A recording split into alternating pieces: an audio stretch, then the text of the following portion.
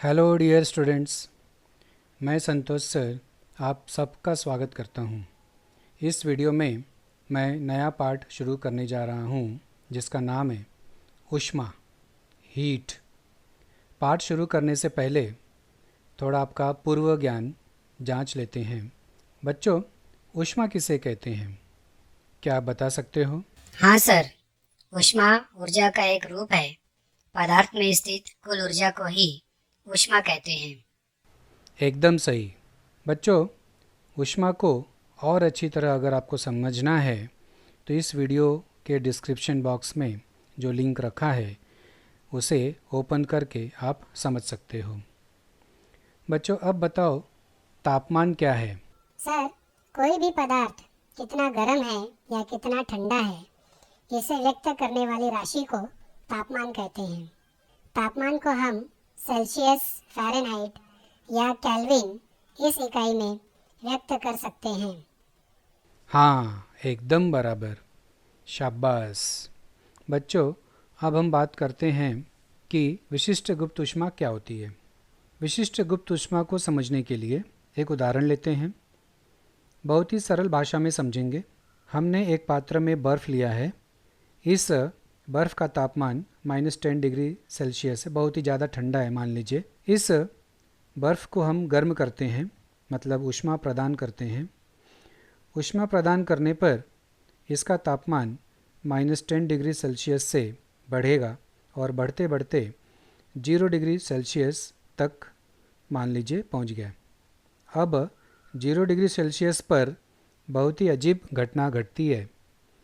0 degree Celsius वाले बर्फ़ को जब हम गर्म करते हैं तो तापमान नहीं बढ़ता, परंतु इसकी अवस्था में परिवर्तन होने लगता है।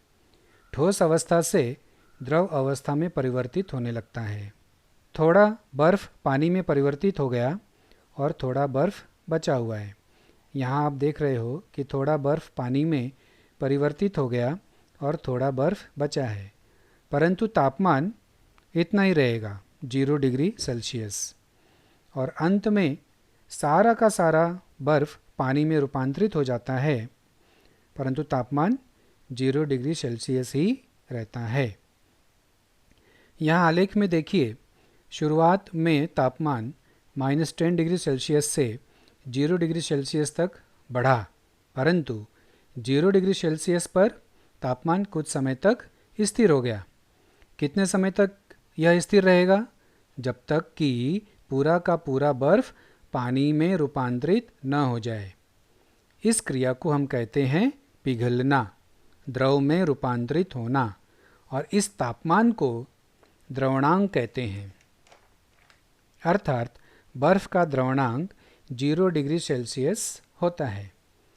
द्रवणांक की परिभाषा हम इस प्रकार कह सकते हैं, जिस तापमान पर कोई ठोस द्रव में रूपांतरित होता है तो उस तापमान को उस ठोस का द्रवणांक कहते हैं।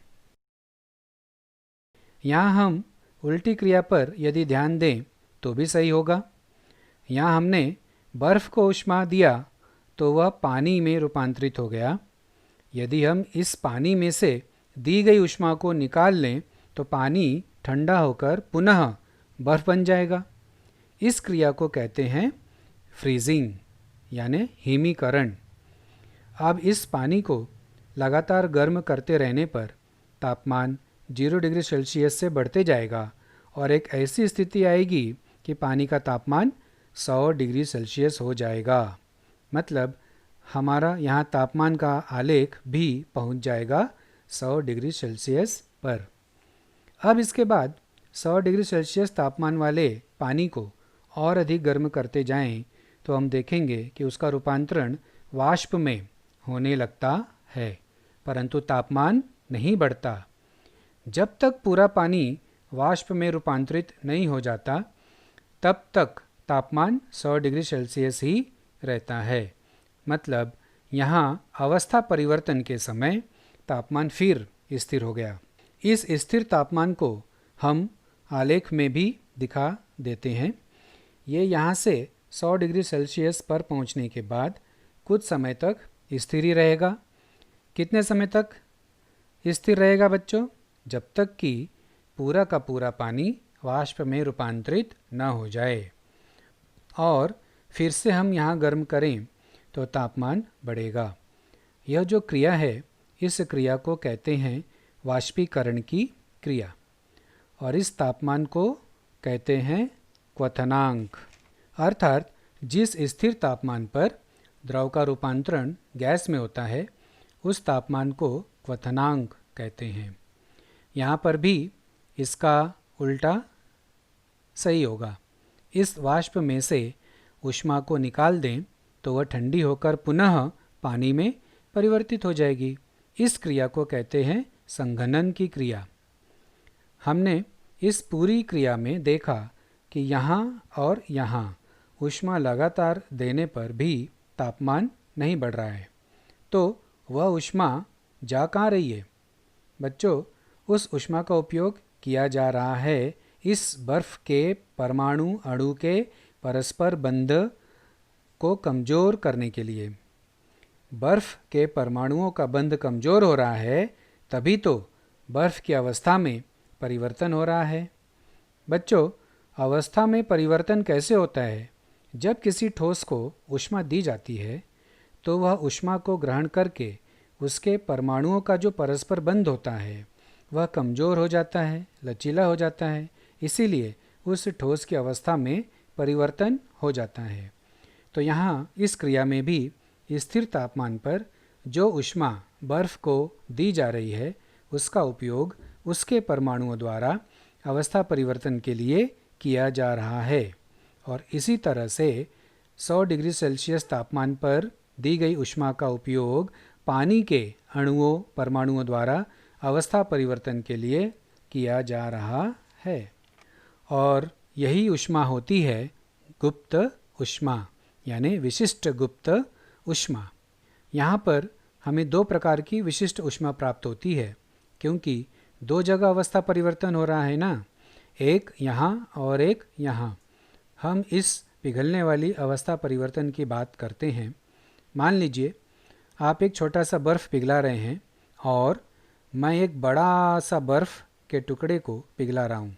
तो बताइए कि क्या दोनों बर्फ़ के टुकड़े को पिघलाने के लिए बराबर ऊष्मा लगेगी?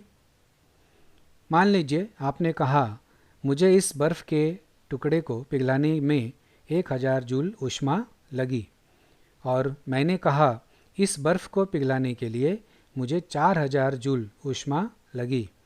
तो हम किसे सही मानेंगे? इसलिए गुप्त ऊष्मा को परिभाषित करने के लिए पहले हमें यह निश्चित करना पड़ेगा कि कितने द्रव्यमान वाले पदार्थ को हमें पिघलाना है। इसलिए विशिष्ट गुप्त ऊष्मा की परिभाषा इस प्रकार होगी। इकाई द्रव्यमान के ठोस पदार्थों का द्रव में पूर्णतः रूपांतरण होते समय स्थिर तापमान पर जिस ऊष्मा का अवशोषण होता है, ऐसी ऊष्मा को पिघलने की विशिष्ट गुप्त ऊष्मा कहते हैं। और यहाँ जो अवस्था परिवर्तन हो रहा है, पानी से वाष्प में अर्थात द्रव से गैस में, इसके लिए विशिष्ट गुप्त ऊष्मा की परिभाषा इस प्रकार होगी। इकाई द्रव्यमानों के द्रव पदार्थ का गैसीय पदार्थों में पूर्णतः रूपांतरण होते समय स्थिर तापमान पर जो ऊष्मा द्रव द्वारा अवशोषित की जाती है, उस ऊष्मा को वाष्प की विशिष्ट गुप्त ऊष्मा कहते हैं। बच्चों, आपको यह ध्यान में रखना पड़ेगा कि द्रवणांक और क्वथनांक पर वायुमंडलीय दाब का भी प्रभाव पड़ता है। प्रायः हम जानते हैं कि बर्फ़ का द्रवणांक 0 डिग्री सेल्सियस होता है और पानी का क्वथनांक 100 डिग्री सेल्सियस होता है, परंतु साथ में आपको यह भी जानना पड़ेगा कि यह द्रवणांक और क्वथनांक वायुमंडलीय दाब के अनुसार परिवर्तित हो सकता है। ओके बच्चों, थैंक यू।